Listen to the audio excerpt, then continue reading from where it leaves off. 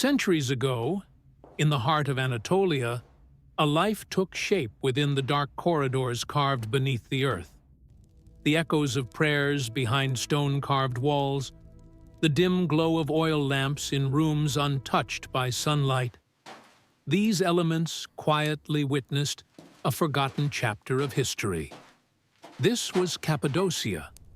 Shaped by volcanic forces, this region was not only a natural wonder, but also a sanctuary of resistance, faith, and communal survival. Early Christians, fleeing persecution and determined to preserve their faith, descended underground. The soft, tough rock of Cappadocia became both their fortress and their refuge. These underground cities were not merely shelters. They functioned as schools, places of worship, food storage areas, and even defensive fortresses. Today, sites like Derinkuyu, Kaymakla, and Ozkonak stand as silent testaments to this hidden history. Those who retreated underground didn't merely survive, they built a civilization.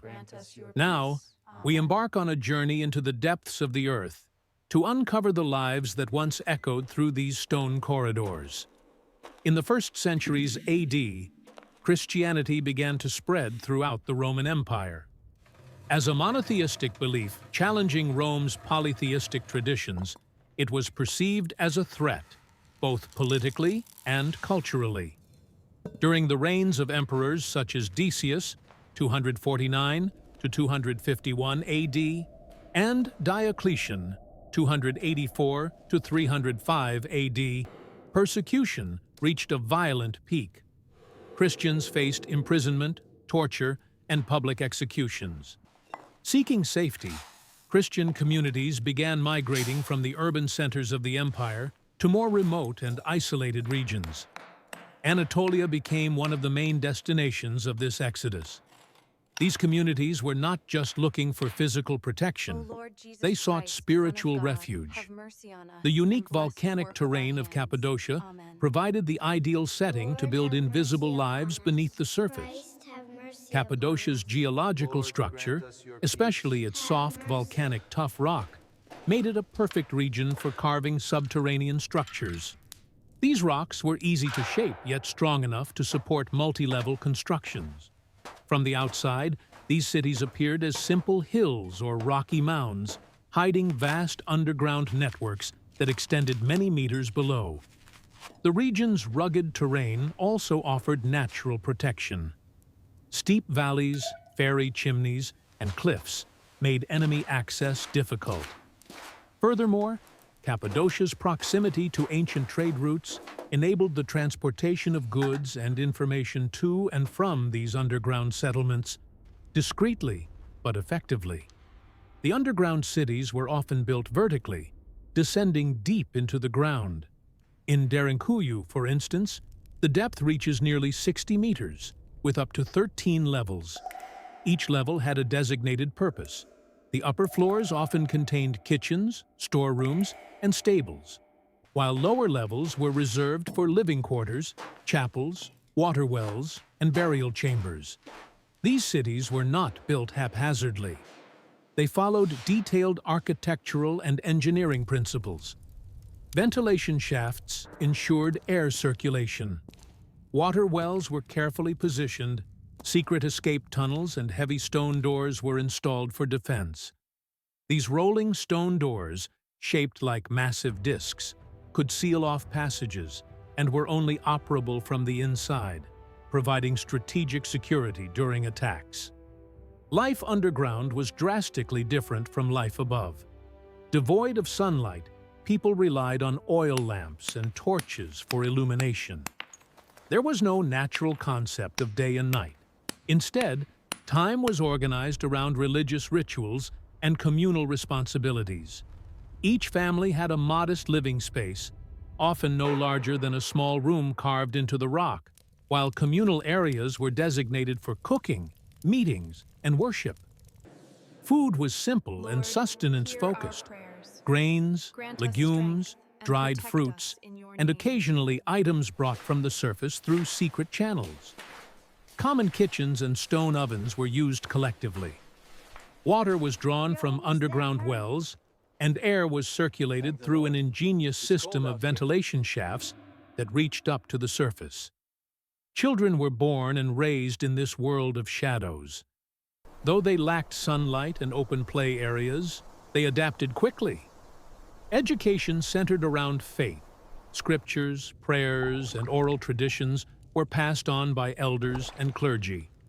Silence, cooperation, and humility were essential virtues in this constrained environment.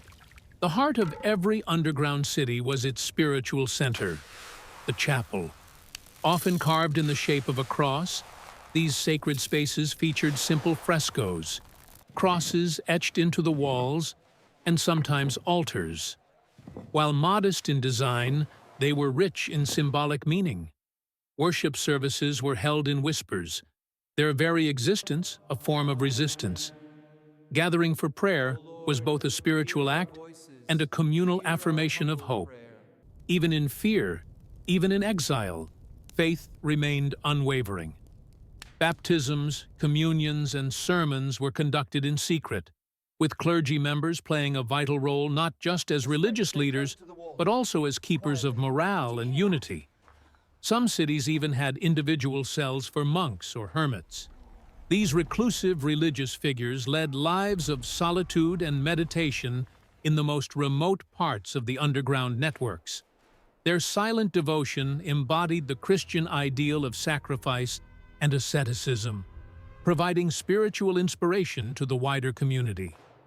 These cities were not only places of refuge, but also of defense. Anticipating raids or invasions, the architects designed complex security systems. Narrow tunnels connected levels and were intentionally built to allow only one person through at a time, making group attacks nearly impossible. In many of these passages, traps and choke points were installed to stop intruders. The most impressive of these systems was the rolling stone door. These circular stone slabs, sometimes over a meter in diameter, could be rolled into place to block passageways completely. From the outside, they were impossible to move. During an attack, residents could quickly seal off sections of the city, protecting the most vulnerable. Other defensive features included small holes in the walls for spears or arrows, hidden passages for escape, and multiple exits camouflaged on the surface. Even ventilation shafts were cleverly designed to avoid detection. Altogether, these underground cities functioned as impenetrable fortresses, built not for conquest, but for survival. Despite the harsh environment, underground cities fostered structured and close-knit communities. Families occupied separate living quarters, but shared many communal responsibilities. Life revolved around cooperation. Families cooked together, cared for children collectively, and participated in mutual aid. This solidarity was vital in such confined and dangerous conditions. Women played essential roles in managing the domestic sphere, as well as contributing to production. They were responsible for food preparation, weaving, and storage. Men typically handled construction, security, and any contact with the outside world. Elders held respected positions as keepers of knowledge, oral traditions, and community wisdom. Children were raised in these dark, narrow corridors, adapting quickly to life without sunlight. Their education emphasized religious teachings and moral values. Clergy and elders passed down stories, scriptures, and prayers orally. Community life was intentionally designed to nurture not just physical survival, but spiritual resilience. The underground cities were not just shelters. They were functioning societies with their own economic, educational, and social systems. Education, particularly religious education, was central to life. Literate individuals, priests, or traveling teachers conducted lessons in secluded rooms, using scriptures and oral instruction. Agricultural activities had to be conducted on the surface, often under the cover of night or during peaceful intervals. Secret rotes and watch systems allowed safe access to nearby fields. Crops such as wheat, barley, grapes, and legumes were cultivated and then stored underground in stone granaries, silos, and food cellars. Some cities even had wine presses and oil mills carved into the rock. Labor was divided according to skills and needs. Water carriers, bakers, ventilation stewards, and guards all had distinct roles. This structure allowed the community to function like a miniature society, with a clear understanding of each person's contribution. Cooperation and discipline were essential to the survival of all. Although isolated, underground cities maintained carefully concealed connections to the surface, and even to each other. Many featured secret entrances and exits, camouflaged with stones or shrubs. Some tunnels extended several kilometers to neighboring cities or valleys. One of the most famous examples is the tunnel believed to connect Derinkuyu and Kaymaklı, spanning nearly 9 kilometers. These tunnels served multiple purposes: transporting goods, enabling escape, and maintaining discreet communication. In times of danger, they provided lifelines between communities. The passageways were often winding, narrow, and defensively structured, designed to slow down or confuse any intruder. There is evidence that secret symbols or markings were used to guide trusted members through the network. The people who built and used these cities were not simply hiding. They were adapting, surviving, and maintaining a functioning society in the shadows of history. Life in Cappadocia's underground cities was not just a retreat. It was an act of resistance. The Christians who chose to live beneath the earth were not merely hiding. They were preserving their beliefs at great personal cost. Refusing to bow to Roman polytheism, these communities embraced hardship rather than compromise their spiritual identity. Within these stone corridors, prayers became whispers of defiance. Scriptures were memorized, sacraments were quietly administered, and worship continued despite the threat of discovery. Historical accounts suggest that in some cases, when underground cities were found by soldiers or hostile groups, massacres followed. Yet the memory and legacy of those who perished lived on. Today, visitors can still see the signs of this faith-driven resilience: crosses carved into walls, worn frescoes in hidden chapels, and stone doors that once sealed entire communities inside. These were not only places of shelter, but sanctuaries where belief endured against overwhelming odds. As Christian persecution eased, particularly after Christianity became the official religion of the Roman Empire in the 4th century AD, communities slowly began returning to life above ground. Churches were built openly, schools were established, and daily life resumed under the sun. However, the underground cities were never fully forgotten.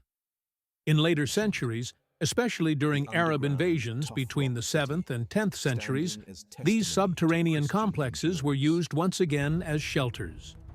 Over time, as peace prevailed, the cities fell into disuse but remained preserved by the dry, stable conditions underground. It wasn't until the mid-20th century that systematic archaeological excavations brought these cities to the world's attention. The rediscovery of Derinkuyu and other sites opened a new window into early Christian history, and the extraordinary efforts made to survive and preserve faith during dark times. Today, Cappadocia's underground cities, Derinkuyu, Kaymaklı, Özkonak, and others, are considered some of the most fascinating archaeological sites in the world. They draw hundreds of thousands of visitors annually, not only for their architectural marvels, but for the incredible history they embody. Listed as a UNESCO World Heritage Site, the Cappadocia region is now globally recognized for its unique cultural and geological features. Tourists exploring these underground cities walk through stone passages once used by ancient communities, seeing wine presses, communal kitchens, chapels, and ventilation shafts still intact after centuries. Archaeological research continues, with new discoveries shedding light on how these societies functioned.